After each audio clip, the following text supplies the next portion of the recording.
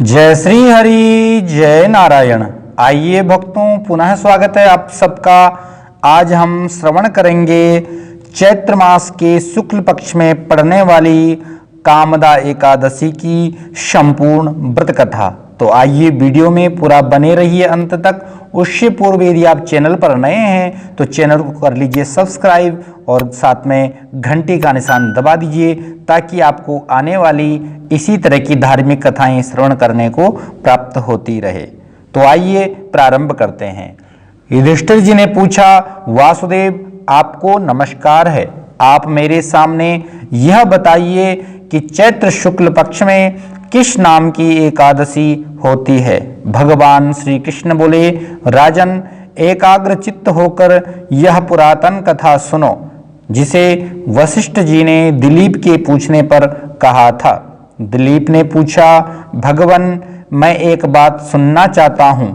चैत्र मास के शुक्ल पक्ष में किस नाम की एकादशी होती है। वशिष्ठ जी बोले, राजन चैत्र शुक्ल पक्ष में कामदा नाम की एकादशी होती है।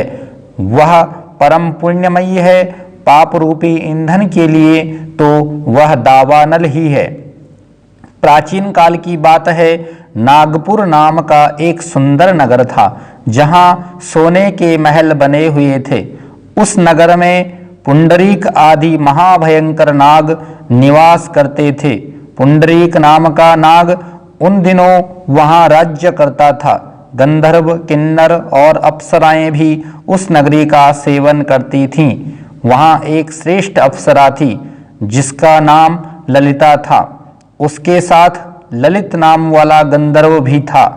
वे दोनों पति पत्नी के रूप में रहते थे। दोनों ही परस्पर काम से पीड़ित रहा करते थे। ललिता के हृदय में सदा पति की ही मूर्ति बसी रहती थी और ललित के हृदय में सुंदरी ललिता का नित्य निवास था।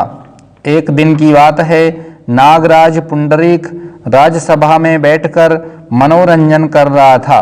उस समय ललित का गान हो रहा था, किंतु उसके साथ उसकी प्यारी ललिता नहीं थी।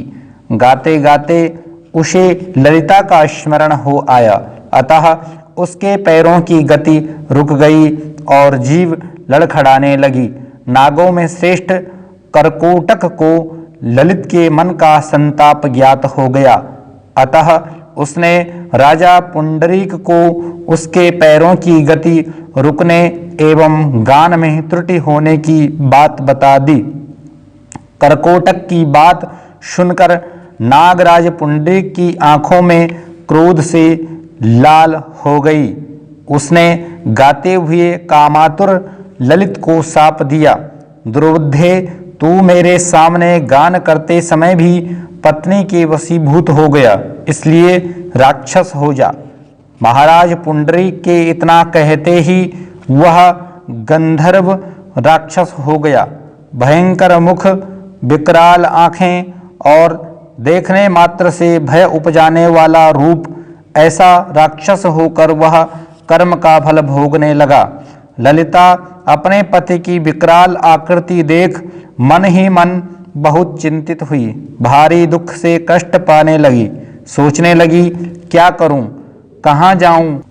मेरे पति पाप से कष्ट पा रहे हैं। वह रोती हुई घने जंगलों में पति के पीछे पीछे घूमने लगी। वन में उसे एक सुंदर आश्रम दिखाई दिया जहाँ एक शांत मुनि बैठे हुए थे।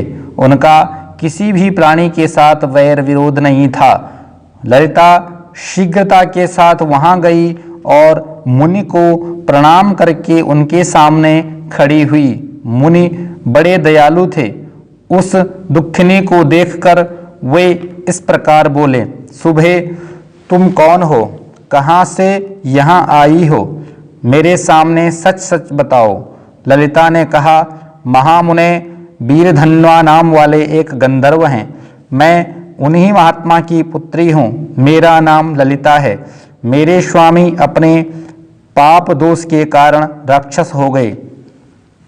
जिनकी पाप का अवस्था देखकर मुझे चैन नहीं है। च्यवन ने कहा, बेटा इस समय मेरा जो पाप मोचन है एकादशी होती है, उसका व्रत करने पर पुण्य के द्वारा विनाश हो जाएगा।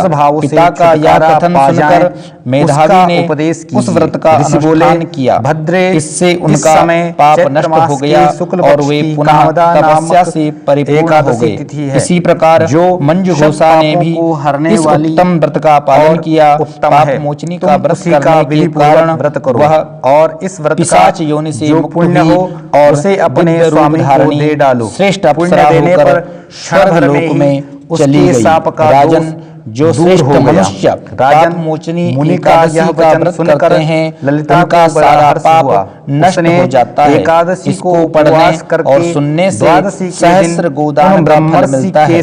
ब्रह्म हत्या, स्वर्ण की चोरी, सुरापान, तो भक्तों आपने श्रवण करने वाले महापात्र यह वचन कहा। इस व्रत के करने से जो यह पूर्ण हो जाता है। इसी प्रकार की पुण्यमय है। कथा सुनने के लिए प्रभाव सनातन धर्म के पर्व त्योहारों की कथा सुनने के लिए हमारे इस चैनल को अभी सब्सक्राइब करें, घंटी का निशान दबाएं और हमारे साथ इसी तरह जुड़े रहें। धन्यवाद। हो गया। जय श्री हरि, जय नारायण। राक्षस भाव चला गया और पुनः गंधर्वत्व की प्राप्ति हुई। नृपश्रेष्ठ, वे दोनों पति पत्नी कामदा के प्रभाव से पहले की अपेक्षा भी अधिक सुंदर रूप धारण करके विमान पर आरूढ़ हो अत्यंत शोभा पाने लगे। यह जानकर इस एकादशी के व्रत का यत्नपूर्वक पालन करना चाहिए। मैंने लोगों के हित के लिए तुम्हारे सामने इस व्रत का वर्णन किया है। कामदा एकादशी ब्रह्म हत्या आदि पापों तथा पिशाचत्व आदि दोषों का भी नाश करने वाली है। राजन, इसके पढ़ने और सुनने से वाजपेय यज्ञ का फल मिलता है। तो सज्जनों, आपने श्रवण करी चैत्र मास के शुक्ल पक्ष के कामदा एकादशी की संपूर्ण व्रत कथा। इसी तरह की अन्य एकादशी की कथा सुनने के लिए हमारे चैनल को अभी सब्सक्राइब करें, घंटी का निशान दबाएं, ताकि आपको हमारे इस चैनल पर सनातन धर्म के समस्त व्रत पर्व त्योहारों की कथा श्रवण करने को मिलती रहे। धन्यवाद। जय श्री हरि, जय नारायण।